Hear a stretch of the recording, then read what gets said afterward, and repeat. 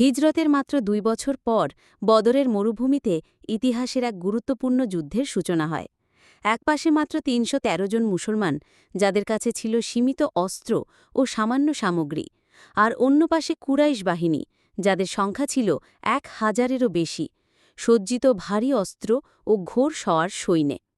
সংখ্যায় কম হলেও মুসলমানদের কাছে ছিল এমন এক শক্তি যা কুরাইশদের ছিল না: অটল ঈমান, আল্লাহর উপর পূর্ণ ভরসা এবং সত্যের জন্য প্রাণ দেওয়ার প্রস্তুতি।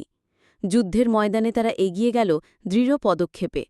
মুখে ছিল বিজয়ের দৃঢ় বিশ্বাস। যুদ্ধ শুরু হল প্রচণ্ড উত্তেজনায়। তলোয়ারের ঝলক, ঢালের আঘাত, ঘোড়ার রেশাধ্বনি আর ধুলোবালির ঝড়, সব মিলিয়ে বদরের আকাশ যেন কেঁপে উঠল। মুসলিম বাহিনী প্রতিটি আক্রমণ ঠেকিয়ে দিল সাহসিকতার সাথে, আর মুহূর্তে মুহূর্তে এগিয়ে যেতে লাগল বিজয়ের পথে। অবশেষে আল্লাহর অশেষ সাহায্যে মুসলিম বাহিনী পেল এক অনন্য বিজয়। বদরের যুদ্ধ শুধু একটি সামরিক জয় ছিল না, বরং এটি প্রমাণ করেছিল সত্য ও ন্যায়ের পথে অল্প লোকও হতে পারে অপরাজেয়। এই বিজয় ইসলামের ইতিহাসে এনে দিল এক নতুন অধ্যায়ের সূচনা।